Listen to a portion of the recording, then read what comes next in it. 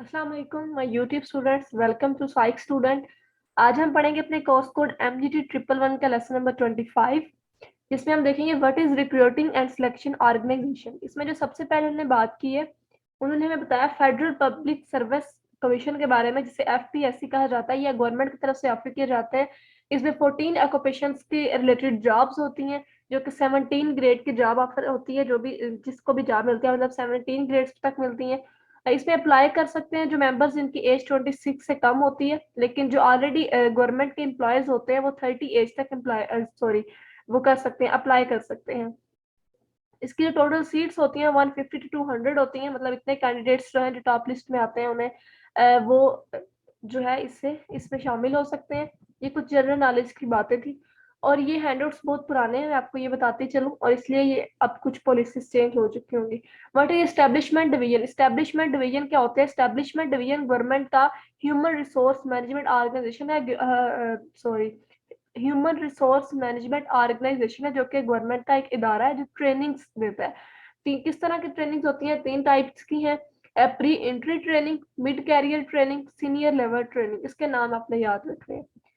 अगर ने बताया हुआ ट्रेनिंग के बारे में कुछ मालूमात दी है कि 2 तरह की ट्रेनिंग होती है, जनरलाइज ट्रेनिंग और स्पेशलाइज्ड ट्रेनिंग। जनरलाइज ट्रेनिंग क्या होता है कि जब जो भी कैंडिडेट्स हायर हो गए हैं, ठीक है, उन्होंने क्लियर कर लिया वो टेस्ट FPSC जो हमने अभी देखा है, अगर वो कर लेते हैं उसके बाद उनका जो ट्रेनिंग होती है, जनरलाइज ट्रेनिंग होती है, जो गवर्नमेंट ही ट्रेनिंग कैंडिडेट्स को देती है, उसे कहते हैं जनरलाइज ट्रेनिंग, और ये 10 मंथ्स की होती है। लेकिन स्पेशलिस्ट ट्रेनिंग होती है कि जो कैंडिडेट्स डिफरेंट ऑर्गेनाइजेशन में हायर होते हैं, फिर वो ऑर्गेनाइजेशन अपने रूल्स, अपने हर चीज के मुताबिक अपने एम्प्लॉयज को, अपने जो भी कैंडिडेट्स मतलब उस ऑर्गेनाइजेशन में एडमिट होते हैं उसको फिर वो ट्रेनिंग देती है। या पिछले लेक्चर में पढ़ के आए हैं कि हर ऑर्गेनाइजेशन अपने रिलेटेड, और मतलब जिस तरह की कोई ऑर्गेनाइजेशन है जो उनके रूल्स हैं वो उस तरह ही अपने एम्प्लॉयज को ट्रेन करती है। आगे उन्होंने बताया the national institute of public administration NIPA, ये एक अदारा है जो कि मिडिल लेवल मैनेजर को ट्रेन करता है, मतलब 19 ग्रेड के ऑफिसर्स को ट्रेनिंग देते हैं। परफॉर्मेंस एवेल्यूशन के बारे में बात की हुई है। परफॉर्मेंस एवेल्यूशन रिपोर्ट, PER, ये कैसी रिपोर्ट होती है जिसके अंदर सिविल सर्वेंट्स को मतलब हर साल बाद उन्हें जज किया जाता है और उनका एक परफॉर्मा रिकॉर्ड किया जाता है, जिसे परफॉर्मेंस एवेल्यूशन रिपोर्ट कहते हैं। और इसके जो मेन ऑब्जेक्टिव्स हैं इस रिपोर्ट के वो ये हैं कि आप इसमें सिविल सर्वेंट का ऑथेंटिक रिकॉर्ड जो होता है वो आप हासिल करते हैं, और इसके बाद फिर ये होता है कि आप न्यू अपॉइंटमेंट मतलब सिलेक्शंस कर सकते हैं कि किसकी प्रमोशन आपने किस हायर पोजीशन पे करनी है।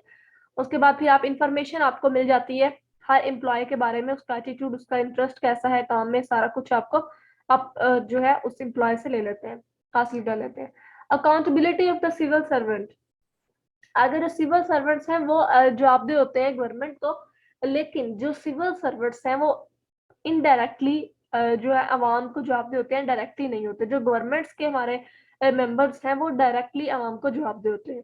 आगे उन्होंने बताया इनके ऊपर जो सिविल सर्वेंट्स हैं 2 तरह के कंट्रोल होते हैं, external control and internal control. External control जिसमें लेजिस्लेटिव आता है, पब्लिक ओपिनियन एंड जुडिशरी आता है, और इंटरनल कंट्रोल में फिर आगे डिफरेंट जो है वो इसके मेथड शामिल है। द सर्विस ट्राइब्यूनल्स, उसके बाद कंडक्ट रूल्स, मतलब जो भी डिफरेंट रूल्स और बिहेवियर्स और एक्शन जिन्होंने बताए होते हैं, जो कि उन्हें दिए होते हैं कि उन्होंने इस्तेमाल करने हैं, उनकी एफिशिएंसी क्या, किस तरह डिसिप्लिन को फॉलो कर रहे हैं। हायरार्की स्टेप बाय स्टेप होता है। फॉर एग्जांपल अगर कोई ऑर्गेनाइजेशन में कोई भी एक ऑर्डर आता है तो वो सबसे पहले मैनेजर को आएगा, फिर मैनेजर उसे अपने से नीचे वाले बंदे को देगा, वो उससे नीचे वाले बंदे को देगा।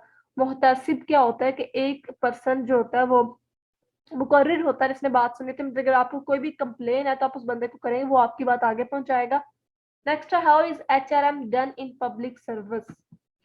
HRM के बारे में हम पीछे पढ़ के आए, इसमें अब सबसे पहले उन्होंने बताया हुआ है कि जो हम सिविल सर्वेंट्स पे रूल्स अप्लाई करते हैं ना, जो इंस्ट्रक्शंस देते हैं, जो भी टर्म एंड कंडीशंस रखते हैं, सबको एस्टा कोड कहा जाता है।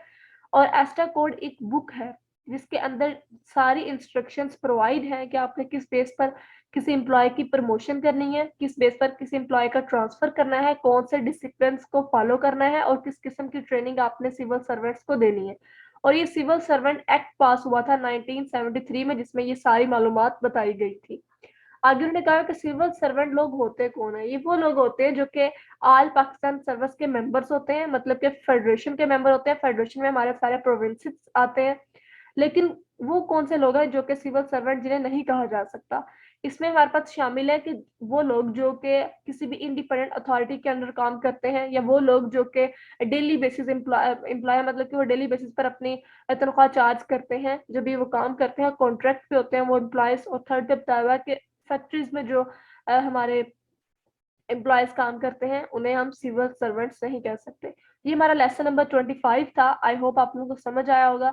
अगर आप लोगों को फिर भी कुछ समझ नहीं आता, आप लोग कमेंट बॉक्स में पूछ सकते हैं। मेरे चैनल को सब्सक्राइब करें, लाइक करें, शेयर करें, और मिलते हैं इंशाल्लाह लेक्चर नंबर 26 में। अपना ख्याल रखिएगा। खुदा हाफिज।